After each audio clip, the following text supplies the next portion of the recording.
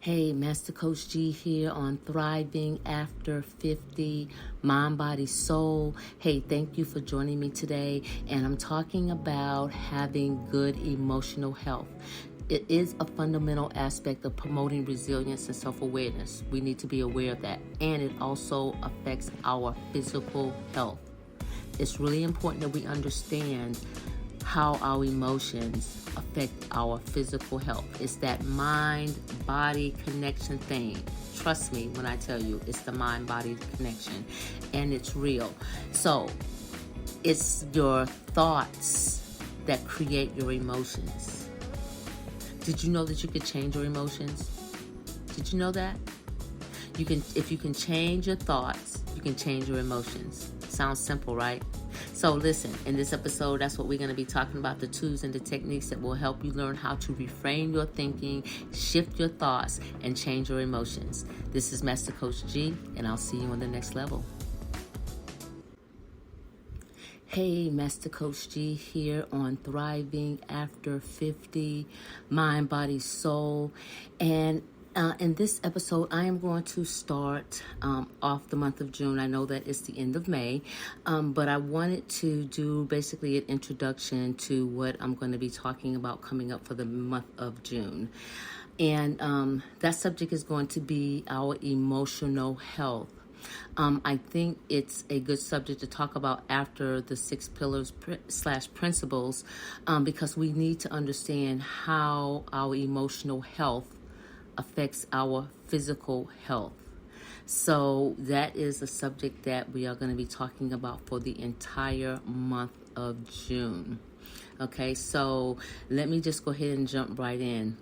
And let me say this, for starters, emotional health and mental health are not the same.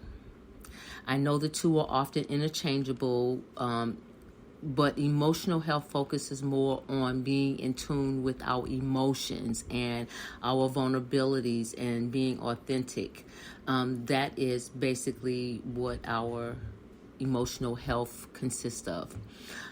Having good emotional health is a fundamental aspect of promoting resilience, self-awareness, and just overall contentment and good health. So having good emotional health there's a benefit, okay? Now let's keep in mind that having good emotional health doesn't mean that you're always happy. It doesn't mean that. It does, however, mean that you are free from a lot of negative emotions, okay? That you are free from a lot of negative emotions. And we're going to talk about that, okay? And I'm going to tell you why or how you can be free of the negative emotions. And that is a skill. But having the resources to manage the ups and downs in everyday life, that's a plus. And if we all have the tools and the techniques to be able to manage our emotions, because every day we have a different emotion, and we're going to talk about 3 in this episode, but there's so many more, but there's 3 that I do want to focus on. But once we once we have the tools and learn the techniques on how to manage our emotions, because we have them every day, so we want to learn how to properly use the tools and the techniques so that we can manage, because those are the things that affect our decision making. It affects how we behave.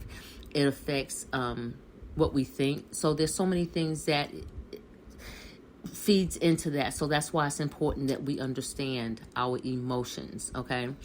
How to build good, healthy emotions, okay? And I know you probably wondering, well, what does that look like, okay? So here is a common example of good emotional health that can have an impact, okay? The very first thing is noticing being upset or whatever the emotion is when it arises. Just the awareness of it immediately, okay?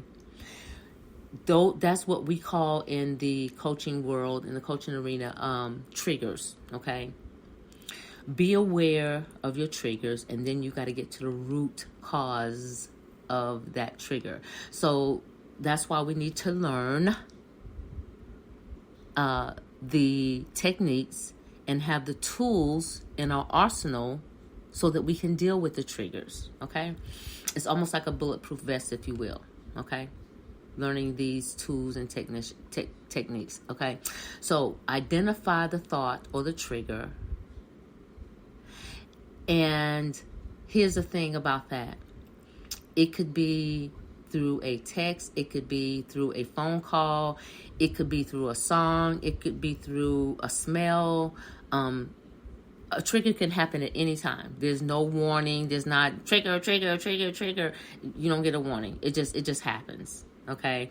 And that's the reason why having the tools and the techniques to be able to manage that when that happens. Because you could be somewhere just walking down the street and you smell something that could bring back a memory that maybe wasn't a pleasant one. All of a sudden you're triggered. And what will happen is you'll go right back to that place. It's like your emotions will take you right back to that place.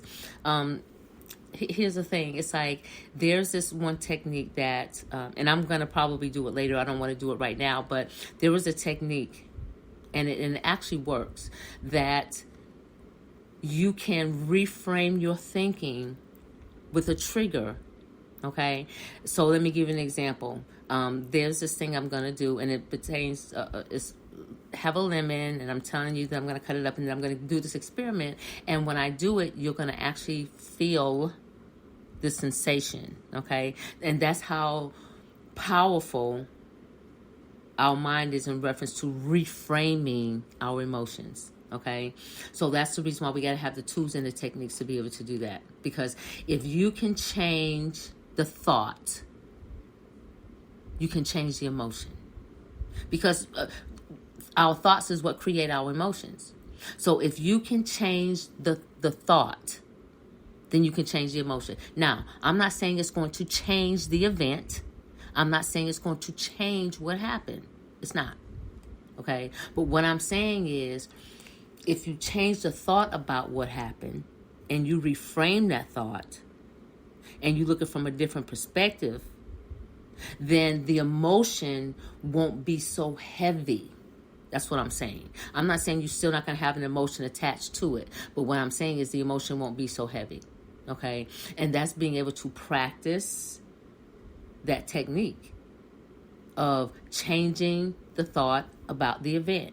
And your emotion will change. I'm telling you it will. And we're going to talk about that as we continue on in the month of June. Just want to kind of give you a little taste of what's coming.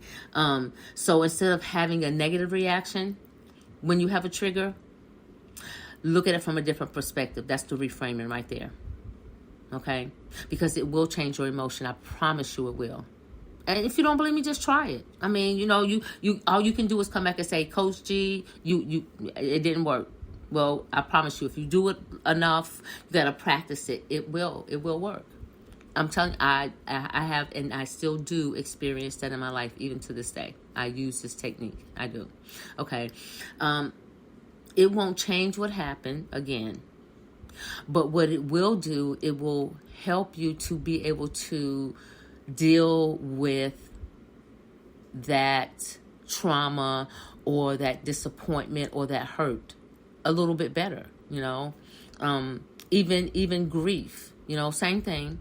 It doesn't take away that your loved one is gone, but what it does is if you reframe the thought process of that event, and you see it from a different perspective and think about all the good things and all the wonderful things and all the things all the joy, all the happiness, the mark, the legacy, that kind of stuff. You're reframing that sad occasion, sad event to something more positive.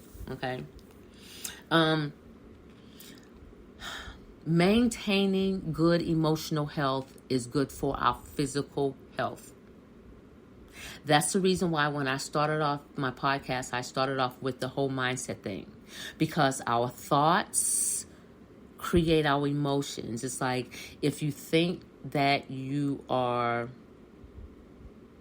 fat, then, if you keep telling yourself that, and then, you keep thinking it and thinking it and thinking it and saying it to yourself over and over and over again. But here's the thing. That's taking accountability. That's one of the 3 A's. That's taking accountability. However, you still have to make the adjustments and do something. If that is what the emotion is. If your emotion, if your trigger is your weight, then yes, I would say that, first of all, you have to reframe the thought and say, you know what? Yes, I may be a little overweight. However, not a but. However, I am going to come up with a plan, and I'm going to work the plan so that I can improve my health.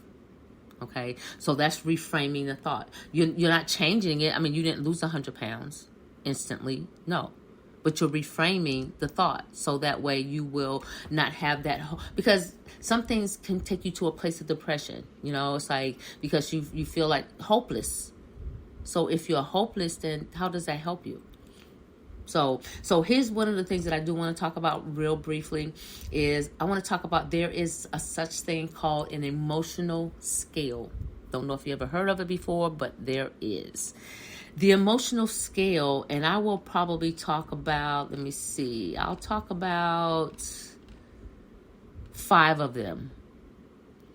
But there's 3 of them that I definitely want to focus on that I'm going to talk about in this episode. But let me just tell you the first 5.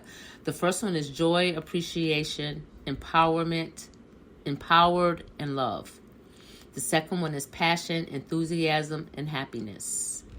The third one is positive, exceptional belief. The 4th one is optimism, hopeful. The 5th one is contentment, boredom. Okay? But here are the ones that I really want to focus on in this particular episode, and that is worry, anxiety,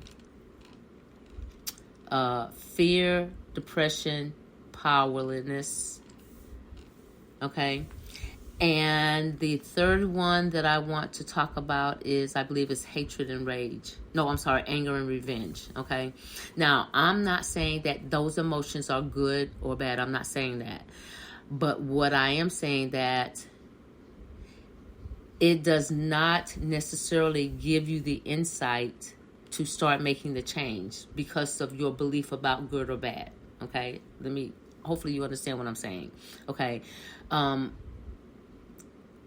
Fear, despair, anger, revenge, those things are, you may classify them as good or bad. Okay, and I'm saying that if you do that, it doesn't necessarily give you the insight to start to be able to make the change because you already labeled it. You've already given it a title. You've already given it a role. Okay, so that doesn't really give you the incentive to change. Okay, however, if you look at it as wanted or unwanted, then that gives you the opportunity to be aware that it is wanted or unwanted, and that more than likely will give you the opportunity to make a change. Okay, because you're looking at it from a different aspect. It's like the reframing thing.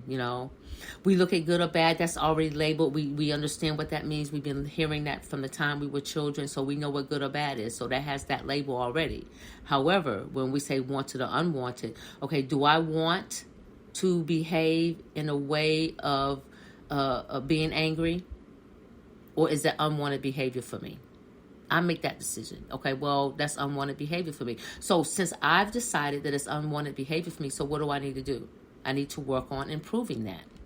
So you see the difference between saying, well, it's good or bad, because it is an emotion, and I get that. But you also have to decide if it's wanted or unwanted emotion, okay?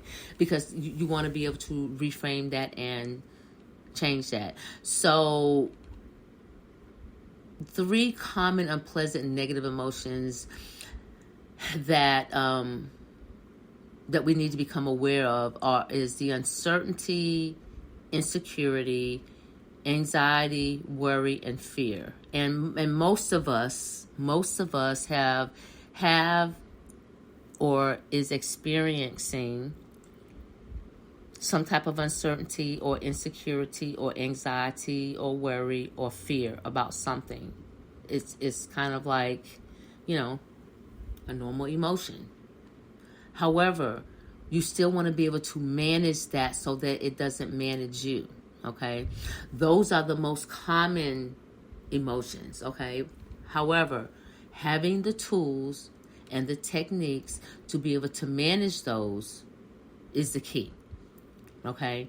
We want to be able to manage fear. I'm not saying you're not ever going to have fear, because you know how to manage fear. What I'm saying is you want to be able to manage it so that you will be able to do whatever you need to do, whether it's making a decision, whether it's a split decision, or whatever it is. If you can manage the fear and reframe that for that second, then you can deal with the emotional part of it, because you don't want to make a decision out of an emotional place, because sometimes that's not for our benefit, and it also depends on what it is.